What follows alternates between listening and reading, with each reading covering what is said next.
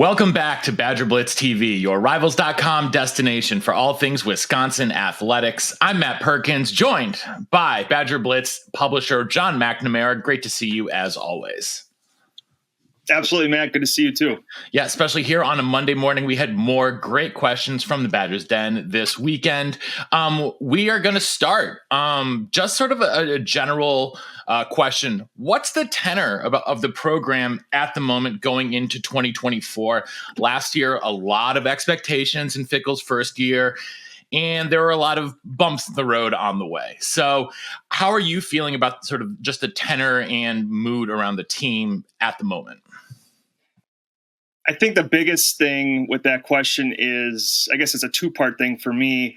One, I guess from the media perspective, after the way last season unfolded, and even going back to, spring camp and fall camp, expectations were very high and reports were very strong, and people wrote very glowingly about the team, our site very much included. And then, not that it came back to bite people, but what we wrote about in fall camp didn't match what we saw on the field. And I think that's very fair to say. So I don't want to speak for, the collective group, but I think there's a more wait and see, maybe conservative approach in terms of covering, spring camp and then fall camp that will be coming up, just a little over a week now. We're going to get a chance to see fall camp. Those guys get out to Platteville and then back to Madison. So I think from a media perspective, that's been the outlook early on before the season started to kind of, let's take in what we're seeing. Let's report on it. Let's analyze it, but also let's not make it seem like Wisconsin's going to run the table, because I think at points last year, and I get we'll put our site included in that, it maybe we rose the bar a little bit too high. And the second part of that is the schedule, right? I think, and I believe this will be a better team than last year, but there's a chance that the record may not reflect that. It's a difficult schedule, far, far more difficult than the schedule Wisconsin had last year. And obviously, you have Alabama there, you have USC there, you have Oregon there, you have the traditional games against obviously Minnesota, Nebraska, Iowa, Northwestern's always difficult. So, I do think that this will be an improved team, but I'm curious to see if the record reflects that, when we're talking, I guess, right around the end of December. I think one of the feelings around the team is that there's just more athleticism in general than there was at this point last year. And just, I think across the board, I think that they feel like they have bigger, stronger, faster athletes. And now, like you said, John, that the big key is that schedule, because if things break the wrong way, you could be looking at 6-6 or 7-5, even with all of the improved athleticism. That being said, I do feel like I think cautiously optimistic is probably the best way to put, sort of the mood at this point. I don't think Phil Longo is on the hot seat like some people seem to claim or think yet, but they, I think the leash this year will be much shorter. In just the fact that now, okay, you've had your year of growing pains. Now, put up or shut up. Maybe not quite put up or shut up, but get a little bit closer to that. Yeah, and Phil Longo is an interesting topic because Luke Fickell took an extremely large gamble when he brought Phil Longo in, because of the style change, because of what has worked at Wisconsin for so long. And for that offense to sputter as much as it did last year, I do think that I hate to talk about hot seat after 1 year with a different program, with a transition and everything that went into last year. But Phil Longo cannot afford to sputter again for a second season, because I don't think that he would, get fired at the end of this year. But that will be an absolute topic of conversation if that offense continues to struggle. And does Wisconsin need to get back to what it's been good at for 30 plus years? So this is a huge season for Longo and what he believes in and what he's all about. And, everything that goes into Wisconsin's shift on that side of the ball. I went back, in the summer, I like to go back and watch a lot of games. for and not to just rehash old topics, but the timing of that offense was never right. And a lot of that has to do, just in my opinion, with the snaps. I mean, you go back and watch those games. I guess as you're watching it in person, you think, okay, that's not right. But then you have months to kind of reflect and look back on it. In a timing offense, those snaps, and that's not to put it on Bortolini because I think he was just thrown in there as the next best guy. But I think that was a huge, huge issue. And then it kind of all calmed down against LSU when Jake Renfro was there and the snaps were there and the timing was better. And, I don't want to make it seem like that was the biggest reason why Wisconsin struggled, but I do think that's a significant piece that was missing last year among a lot of other things. But that's something that you think now will be corrected if Jake Renfro is healthy throughout the whole year. And I know. Yeah, thank you, John. I've been saying that for months and months and months, and I think people are really starting to come around to that point of view. So I appreciate you verifying what my eyes were telling me. Renfro did miss. He was rusty. His snaps were good, but he was rusty in pass blocking at times in the bowl game. Yeah. So obviously, he hadn't played a competitive game in nearly 2 years at that point. So, because of injuries and whatnot. So he was, a little bit rusty. He gives me hope on the offensive line. To me, though, like the offense is going to go as well as the offensive line goes. I know I'm beating a dead horse here, but between snaps and just, a lot of pressures on the left-hand side of the line being let through last year, obviously that didn't help Mordecai. Now Mordecai had some legs. I think Tyler Van Dyke has, I don't want to say sneaky athleticism because he's an athletic guy, and in the Miami system, they didn't really let him run, but the moments that they did, he's actually I'm not going to say he's like I don't know, maybe Daniel Jones light, something like that, right? A guy who can actually like get out in the open field to run a little bit at 6'4", 230, 235. So that will be an interesting wrinkle in the offense if Longo decides that, we need to continue with that run game. But I'm glad you brought that up too. I mean, going back to the offensive line, if you want to know what that inside the program thinks, that program believes that unit will take a significant jump. Now, they have to. Obviously, they have to, right? But whether that happens or not, obviously we have to see on the field and all that good stuff. But I mean, there is a true belief that it's going to get better, and you've seen it in recruiting, and now I do think that you will see it on the field. Even if it's in terms of buy-in from the players, I think that hurdle has been crossed. And I'm not going to say this, this is going to be the best offensive line that Wisconsin's ever had, but I think the belief within that program is that we're going to get a lot better there, and it's going to help us overall. Obviously, Renfro being full-time, and I think Joe Brunner is going to be I think Joe Brunner is a future stud. I think I agree. He's got that. He's got that in him. Sticking with the offense, though, one of the big sort of topics of discussion recently in the Badgers' den has been who's going to be running back 3. We kind of know Ches is going to be number 1. Tawi Walker, brought in from Oklahoma, is widely expected to be the number 2 guy. Sort of, I don't want to say quite say thunder and lightning, but there was a lot of thunder in the thighs of Tawi Walker. So John, we've got 6 other running backs. 6 other scholarship running backs, plus Grover Bortolotti. Let's throw in Grover. Great guy. We've seen bursts from him before against Rutgers a couple years ago. I remember he had a couple really nice runs. But John, let's power rank 1 through 6 the who is in play for running back 3. So I'm going to start with my number 1, and then I will get your number 1 after that. In terms of just total offensive snaps in 2024, I think Jackson Aker will have the third most snaps at the running back position. He is a veteran. He is a good blocker, a sneaky inside runner, and I think that he has. I think there's a lot of confidence in him from Devin Spalding, and he's talked about that publicly as well, that he knows that when he puts Jackson Aker in there, he's going to do the right thing every single time. So my money is on Aker to have the most. What do you think? I wouldn't argue too hard in a different way, and I like what you said there, Matt, with the blocking. I mean, 3rd and long, he's likely the guy that you'd like to be in there for all the reasons that you said. He's going to keep the quarterback clean, most likely. He can catch a little bit out of the backfield. I wouldn't say that's necessarily his strength.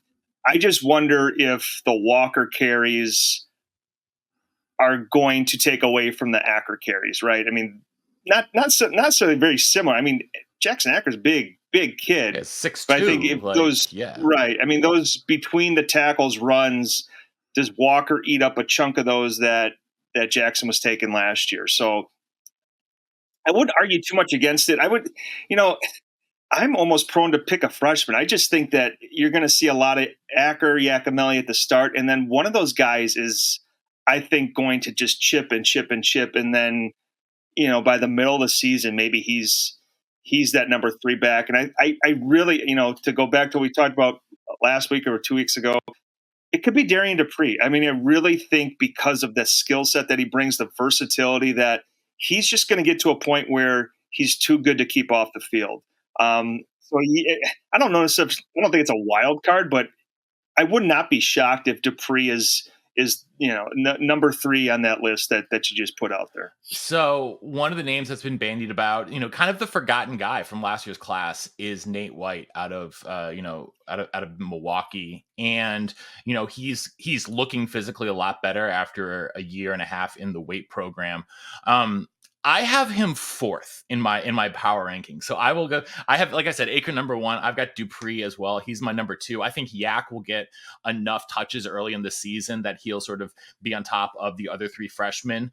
I'm including White as a freshman, obviously as a redshirt freshman. I've got Nate White at 4, and then Jones and Atuka at 5 and 6. I think Atuka is basically Tawi Walker 2.0. And so as long as Walker is healthy, I don't think Atuka is really going to see the field, even though he did have some impressive moments in spring ball. I know that the coaches have talked a lot about just his strength that he comes at with the position. But I've got Yak 3 and Nate White 4. Let's talk a little bit about those 2 guys, because, I think Nate White's probably the biggest unknown in a lot of ways on this team right now, John. Yeah. I would say Yakimelli and White are better fit that offense because of their skill set. And you hit it on the head, man. Nate White is just kind of the forgotten guy already, and he's only been on campus for a year, largely because of the recruiting class that they brought in with the 3 very heralded running backs. He's an interesting one because he's as unique of a high school player as I've seen from inside the state. I think a lot of that has to do with his skill set, but a lot of that has to do with playing in the city conference. Nate White, legitimately every time he touched the football, had a chance to score. And there's very few guys that you could say that. I mean, the list is not into the double digits. I mean, it might be just a couple off the top of my head. Again, a lot of that is because he played in the city conference, but that, what do you want him to do about that? There's not, that's kind of out of his control, but legitimately every time he touched the football, he had a very good chance to put it in the end zone. So, and he's also a guy that when that staff took over, they said, yeah, we like this guy and we don't like Jaquez Keys. I mean, that's kind of harshly how to put it, but they said, yeah, this guy, yeah, right. I mean, this guy, he fits and the other guy does not. So he's going to have a huge fall camp ahead of him, because it's either I can keep my head above water and keep pace with those 3 freshmen, or they will pass me up. And let's face it, in the era that we're in, you're going to have options. And that's not to say that I've heard anything bad about Nate White or he's not there or anything like that. It's the complete opposite. I just think that there's a lot of scholarship bodies in that room, and something's going to have to give, likely at the end of this offseason. John, now the only thing I can think about is who is the number 1 guy on He is a threat to score every time he touches the ball in Wisconsin high school football history. To me, it's a no-brainer. It's John Clay. But you've been around and seen more. Who would you say? Melvin Gordon, Vontae Jackson, who, if you're a real diehard guy, the buzz was that, he was a year behind Gordon, and the buzz in Kenosha was that he was as talented, if not slightly more talented, with a higher, I don't want to say higher. I mean, Melvin Gordon might be the best running back that ever played at Wisconsin. But, I mean, people truly felt he was cut from the same cloth and as special. And, I think he had 3 or 4 significant knee injuries and tried to come back.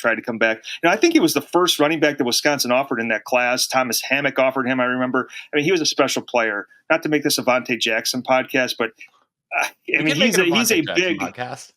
He is as big of a what if, I think, as over the last handful of years that I could think of. I mean, truly a guy that people thought could be special, and that was taken away from him due to injury.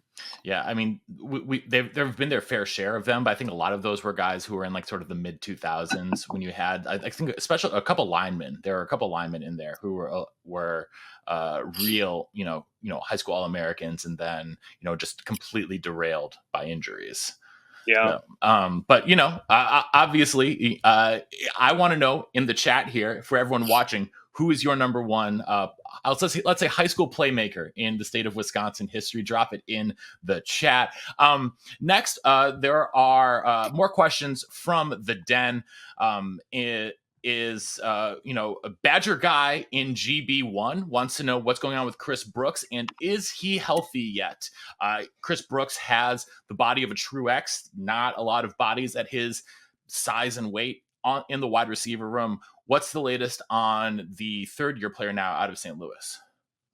I think we're going to have to wait a couple days to find that one out. I'm sure Luke Fickell will be asked about that, either at Big Ten Media Days coming up here, or local media day, which I believe is on the 30th. Don't lock me into that date. I got to check my calendar. But a guy like the question alludes to has missed a significant chunk of time after having a pretty good, I think, spring camp, I think it was, or maybe a fall camp where he looked like he belonged, right? And those things are difficult when you're out for those long stretches of time. It's just tough to get back to the point where you were, both, physically, mentally, and then to keep up with the guys who have been able to get those reps over the last, year or so. So I can't tell you definitively, yes, he's 100% ready to go, or no, he's not ready to go for fall camp. Again, I think that'll be something Luke Fickell likely will be asked about, or, Guyton will be asked about if he's made available, but I'm not sure. But, that room has been overturned in the last, 2 years or so. And, there are guys there that they feel pretty good about. And, even if, let's say he's 100% healthy, I don't want to call the too deep solid or solidified, but I mean, there's guys that you feel pretty good about returning, and there's guys that, like a Trech Kekahuna, you feel very good about coming in. And that group, again, I think we probably oversold them last year, but that's a pretty solid group in terms of guys that the staff feels good about right now. All right. Well, the talk of all of college football world lately has been the release of EA Sports NCAA 25. It's back after a decade plus on hiatus. And, everyone is playing former players, current players, media personalities, everyone in between. And one of the questions from MJ Hill in the Badgers Den was, how are the guys feeling about NCAA Football 25? And now I haven't talked to any current players, but I've talked to a lot of former players about this, and they're raving about it. They love it. They think that the atmosphere that has been created in the game is even better than it was, during the last release 10 plus years ago, and that it seems to be the rare game that had as much hype and as much hoopla as we've seen, and it lived up to it. And so I think it's just been almost universally praised by at least the former players that I've talked to. Now, the current guys, I think everyone wants to play as themselves. Everyone thinks that they are better than they are rated, right? Oh, I'm rated an 81. I really should be an 84, et cetera, et cetera. But I think that, again, it's been a pretty universally positive response from current players, at least that I've seen on social media, John. Yeah, and one way to kind of gauge if it's an important thing is if you look at the graphics Wisconsin's been putting out to recruits, they feature that game, and they feature players potentially being in Wisconsin uniform in that game. So, guys in that recruiting department who are younger than me and you have a better pulse for like what's cool, what's not cool. So, there's been a huge amount of buzz with that game, and they are using it as graphics, not just Wisconsin, but obviously other programs too. So, like you talked about older players, from our generation of older players, a guy like Bernie, who never got to see themselves in that game, or maybe Bernie did. I don't know. Oh I'm yeah, not sure. he was in the game. He was in. Yeah. So maybe not that far back. Maybe it's too far back. But yeah, I think but like, I think maybe like you talked about too, for as much buildup as there has been, it seems to have lived up to that. I've got a chance to play a little bit. I'm long removed from playing in college when I was at Wisconsin, when we play seasons and all that kind of stuff, and drywall got hit and doors got broken. So I was playing a little bit. I'm like I said, I'm a long way removed, but the overall feeling is that like they knocked it out of the park. And for as much buildup, like I said, as there been, it seems like they did a nice job connecting with the audience there. Yeah, they definitely did. And so, I haven't played yet because I'm in the middle of moving. If you can't tell by my changed background, I will get to it eventually. But I like you, John. It has been a minute since I was on a video game console. I think I have a PS3. That the last game I bought was the last NCAA football game for that. So it is. It's been a minute since I broke out the sticks. Final question though for us here today from JYBUW 1980 in the Badgers Den. They want to know about special teams, and is it a one-man show from Matt Mitchell, or is he getting any help? And the answer is he is getting some help.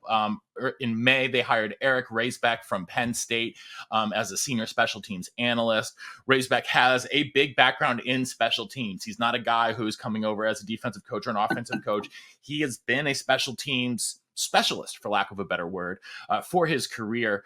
So obviously, one of my big gripes in the later Christ era was just how bad Badger special teams were. They didn't have a dedicated special teams coach, and so it was. It was rough to watch at times. The Chris Herring era. Oh yeah, I think that name has been forbidden in the Badgers Den for a long time now. But we saw a little bit of improvement, I think, last year in special teams. But I think I'm expecting them to make a bigger jump this year, especially if a guy like Vinny Anthony or Tresh Kakahuna is returning kicks, because Chimere Dike was a very reliable guy who wasn't going to muff a punt, but he also wasn't the same kind of threat in the open field. Right. Yeah, I agree with that. And, there's guys on that team, like you mentioned, Anthony, Tresh, I think that have that playmaking ability of, they could potentially take it to the house. I mean, you think of the Paul Christ years where Jack Dunn's back there. And look, I mean, right or wrong, he's not going to fumble, but he's not going to make a play that changes the course of the game. In either way, right? He's not going to fumble and give it up and have someone return for a touchdown. So I do think they'll be improved. I mean, they would be improved if the transfer that they bring in can just put the ball in the end zone on the majority of kicks and not kick it out of bounds. I mean, that's the biggest one you look at and say, I mean, wow, what a mistake, Basic. What a gap. Right, yeah, just very basic stuff that you want to get corrected. But they have certainly put some resources, like you mentioned there, adding someone there, and the guy that you talked about was also kind of instrumental in Eric Schmidt's recruitment. Mm-hmm. And Schmidt's not going to help him this year, but I think that he will come in and help right away, potentially as soon as his true freshman year. He was just recently, I think, selected to play in the Under Armour All-American Bowl, so.